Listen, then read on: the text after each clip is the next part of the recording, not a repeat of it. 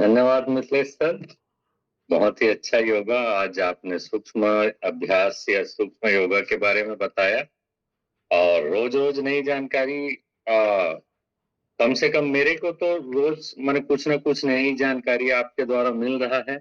आज जैसे आपने बताया कि अगर आप अत्यधिक थके हैं तो आप एक्सरसाइज मत कीजिए। और रोज रोज मैंने हेवी एक्सरसाइज के बजाय अगर हफ्ते में एक आध दिन सूक्ष्म अभ्यास अगर कर लें तो वो भी काफी है। आपने जैसे आज स्किन के एक्सरसाइज के बारे में बताया, चेहरे की चमक के बारे में बताया, तो रोज रोज आपके द्वारा जो ज्ञान दी जाती है वो भी अमूल्य है। और आपका बहुत बहुत धन्यवाद कि आप रोज हमारे को कोई ना कोई नया जानकारी देते हैं। तो आज का विषय चालू करते हैं। और मेरा हमेशा से ही लोगों को समझाने का तरीका किस्से कहानियों से ही शुरू होता है। फिजिकल क्लब में भी मैं अपनी बात किस्से कहानियों से समझाने की कोशिश करता हूँ। मेरा पिछले क्लास जो कि प्लेसिबो के ऊपर था उसमें भी मैंने कई कहानियां बताई थी। उम्मीद करता हूँ लोगों को समझ आई होगी। आज का भी मेरा विषय है, आज भी मैं कहानी से ही शुरू करूंगा क्योंकि कहानियां मेरे थोड़ा सा समझने में आसान होता है लेकिन विषय से संबंधित ही रहता है। तो आज की कहानी मैं शुरू करता हूं, उसके बाद मैं विषय के बारे में बताऊंगा। तो कहानी ये है कि एक राजा साहब रहते थे और वो कभी शिकार के लिए निकले और गर्मी का मौसम चल रहा था, जैसे अभी गर्मी बहुत ज्यादा है। शिकार करते करते उनको बहुत देर हो गई और वो रास्ते से भटक गए और अपने सैनिकों से भी वो माने भटक गए, मान के चलिए अकेले पड़ गए। तो रास्ता खोजते खोजते उनको बहुत प्यास लग रही थी। तो जंगल में एक लकड़हारा मिला। लकड़हारा को देख के उनको खुशी हुई और लकड़हारे के पास जाके बोला कि मुझे पानी पिलाइए। तो लकड़हारा उनकी वेशभूषा देख के समझ गया ये तो राजा साहब हैं और उन्होंने उसको प्रणाम किया, हमारे देश के राजा हैं करके। और बोलिए राजा साहब क्या आपकी मदद करूं? तो राजा साहब ने बोला कि पहले तो मुझे पानी पिलाइए, उसके बाद मैं बताता हूं। तो लकड़हारे ने उनको पानी पिलाया। पानी पिलाने के बाद फिर पूछा कि और क्या सेवा करूं राजा साहब? तो राजा साहब बोले कि मुझे रास्ता बस बता दीजिए और मैं अपनी राजधानी चल दूंगा। तो लकड़हारे ने उनको रास्ता बता दिया। उनके इस पानी पिलाने और रास्ता बताने के तरीके से राजा अति प्रसन्न हुआ और बोला कि अभी तो मेरे पास कुछ भी नहीं है, मैं तो भटक के आपके पास आया हूँ, आपको देने के लिए कुछ भी नहीं है, लेकिन आप जब भी राजधानी आएंगे तो मेरे से मुलाकात करिए। आपके लिए एक बहुत बढ़िया गिफ्ट मैं आपको दूंगा, आपके लिए तैयार है। जब भी आप राजधानी आए मेरे से मुलाकात करिए। तो लकड़हारा लकड़ी काट के घर पहुंचा। ये बात उन्होंने अपनी पत्नी को बताई कि राजा साहब आए थे, उन्होंने मुझे इनाम देने का वादा किया है। तो पत्नी ने कहा कि आप देर क्यों करते हैं, कल सुबह ही निकलिए और राजा साहब से मुलाकात करिए, जो भी वो इनाम दे आप स्वीकार करिए, क्योंकि हमारी स्थिति वैसे भी खराब है, आर्थिक परिस्थिति उनकी ठीक नहीं थी।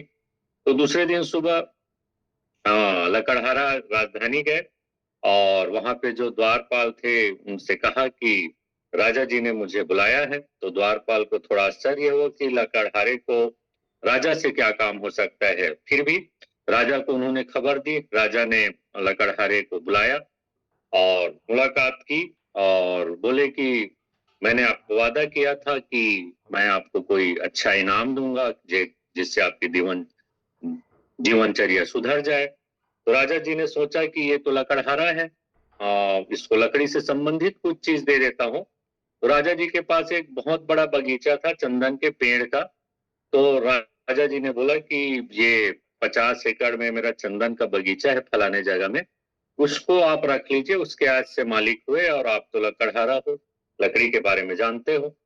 तो लकड़हारा खुश हुआ और बगीचे की देखभाल करने लगा। अब वो तो लकड़हारा था, देखभाल कैसे करें? अब वो जितने भी चंदन के पेड़ हैं उसको काट के उसको बेचने लगा या उसको कोयला बना के बेचने लगा। उसका काम कोयला बना के बेचने का था।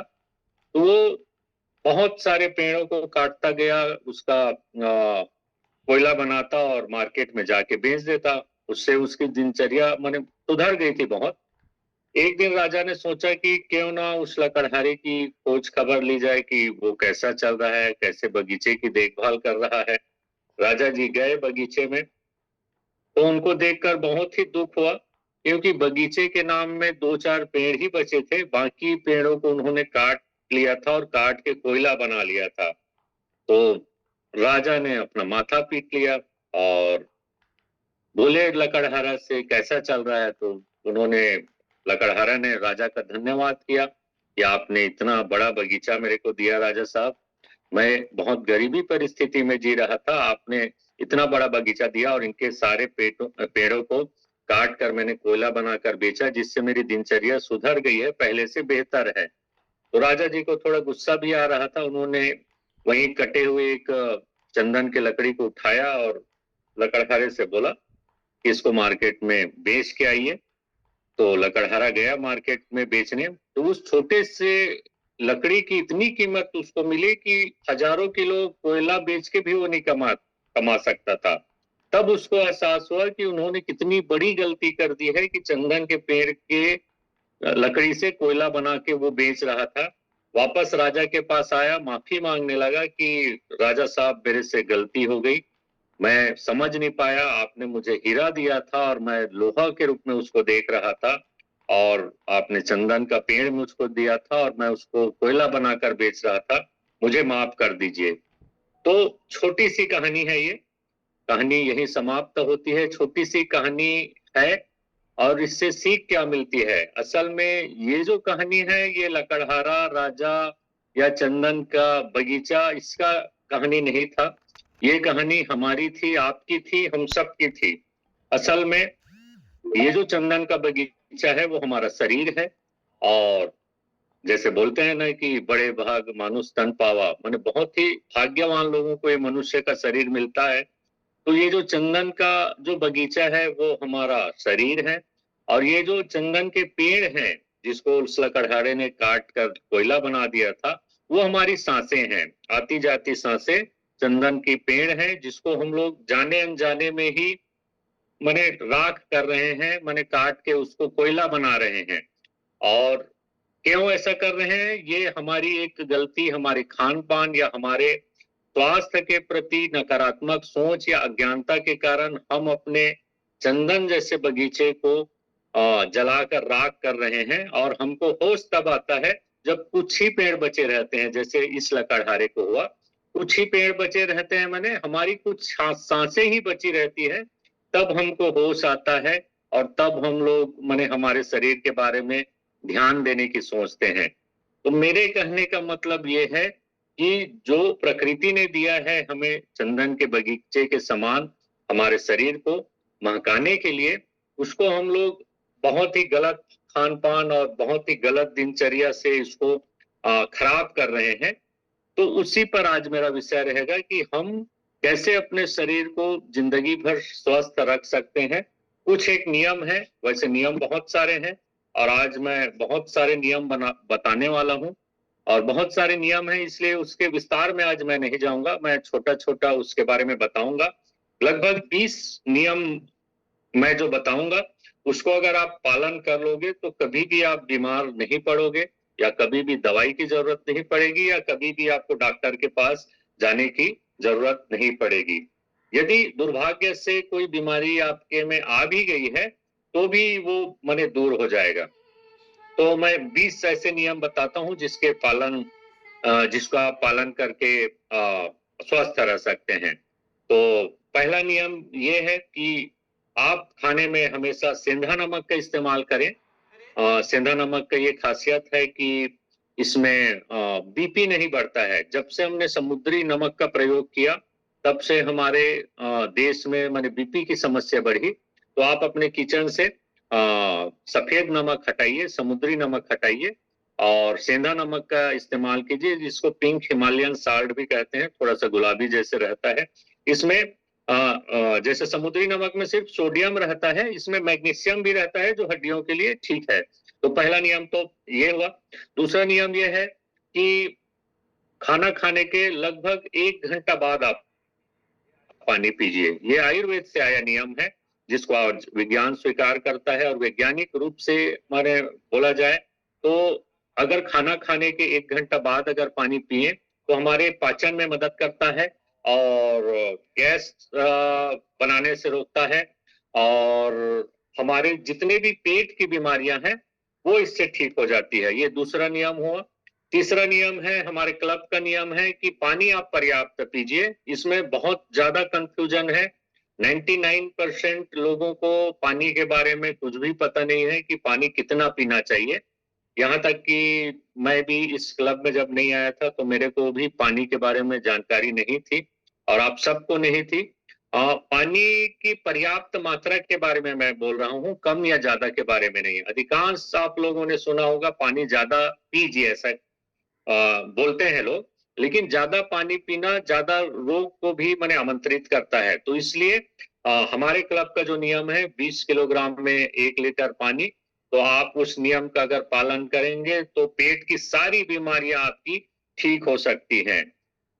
तीसरा नियम या चौथा नियम है कि आप पानी हमेशा बैठकर पीजिए। पानी बैठकर पीने का लाभ आजकल वैज्ञानिक लोग बता रहे हैं कि घुटने में जो प्रॉब्लम आती है खड़े होकर पानी पीने से ही होता है। पांचवा नियम ये है, पानी से ही संबंधित है। 1 गिलास गुनगुना पानी अगर आप सुबह उठ के पीते हैं तो आपके शरीर में 2 काम ये करता है। एक तो जैसे हम लोग शरीर के डिटॉक्सिफिकेशन की बात करते हैं, तो अगर 1 गिलास सुबह उठकर अगर पानी पिए, गुनगुना पानी, तो वो हमारे शरीर को डिटॉक्सिफाई करता है। प्लस अगर कोई वजन घटाना चाहता है तो ये वजन घटाने में भी सहायक है। छठवां नियम ये है कि आप अपने किचन से रिफाइंड तेल को हटाइए। रिफाइंड तेल के बारे में मैंने फिजिकल क्लास में कई क्लास में बताया है, कई घंटे बताया है। यहाँ छोटा सा मैं बता देता हूँ कि रिफाइंड तेल क्यों आपको अपनी किचन से हटाना चाहिए। क्योंकि रिफाइंड तेल ही वो तेल है जो हमारे शरीर के अधिकांश बीमारियों का कारण है। इसलिए कारण है क्योंकि अगर कोई बोलता है कि रिफाइंड तेल है ऐसा करके, तो रिफाइंड तेल में 11 प्रकार के केमिकल का इस्तेमाल होता है उसको रिफाइन करने में। और एक प्रकार का जो केमिकल है जिसको सोडियम बेंजोइक एसिड बोलते हैं, वो कैंसर कारक है। तो आप किचन से रिफाइंड तेल हटाइए। उसके जगह अगर शुद्ध देसी गाय के घी का अगर आप प्रयोग कर पाए, अगर आप उसको एफर्ट कर पाए तो ठीक है, नहीं तो आप कच्ची घानी का सरसों तेल या कच्ची घानी का फल्ली तेल या कोई भी कोल्ड प्रेस्ड जिसको बोलते हैं जिसमें केमिकल का इस्तेमाल नहीं होता है, वो तेल आप इस्तेमाल करिए तो आप जिंदगी भर स्वस्थ रह सकते हैं। 7वां चीज, आप अपने खाने में रंग बिरंगे चीजों को शामिल कीजिए। रंग बिरंगे का मतलब, आप एक नियम याद रखिए, प्रकृति में जितने जितने चटक रंग के हैं, जितने गहरा और चटक रंग के हैं, वो उतना ही फायदेमंद सब्जी या फिर फल होता है। आप जैसे आज राय जाम का जमाना है, जामुन का जमाना है, आप देखिए सबसे गहरा कलर राय जाम का ही होता है और सबसे फायदेमंद फल भी वो है। तो आप अपने खाने में रंग बिरंगे चीजों का इस्तेमाल कीजिए। रंग बिरंगे फल फ्रूट का, अलग अलग रंग के फल होने चाहिए, अलग अलग रंग के सब्जियां होने चाहिए। 7वां नियम इसी का एक्सटेंशन है कि जैसे रंग बिरंगे खाने का उपयोग तो करना चाहिए, लेकिन 7वां नियम यह है कि आप सफेद चीजों से दूर रहिए। सफेद चीजों से माने सफेद शक्कर, सफेद नमक, सफेद चावल, सफेद आटा। क्यों इससे दूर रहना चाहिए? क्योंकि इसमें कैलोरी बहुत ज्यादा रहता है और फाइबर इसमें 0 रहता है। तो पाचन में ये बहुत बाधा उत्पन्न करता है, हमारे मोटापे के लिए जिम्मेदार है, हमारे डायबिटीज के लिए जिम्मेदार है, हमारे बीपी के लिए जिम्मेदार है। तो ये आप सफेद चीज से दूर रहिए। आयुर्वेद में भी कहा गया है सफेद चीज माने खतरनाक होता है। 8वां नियम ये है कि रात में आप कभी भी दही का इस्तेमाल मत कीजिए, कभी भी चावल का इस्तेमाल मत कीजिए, कभी भी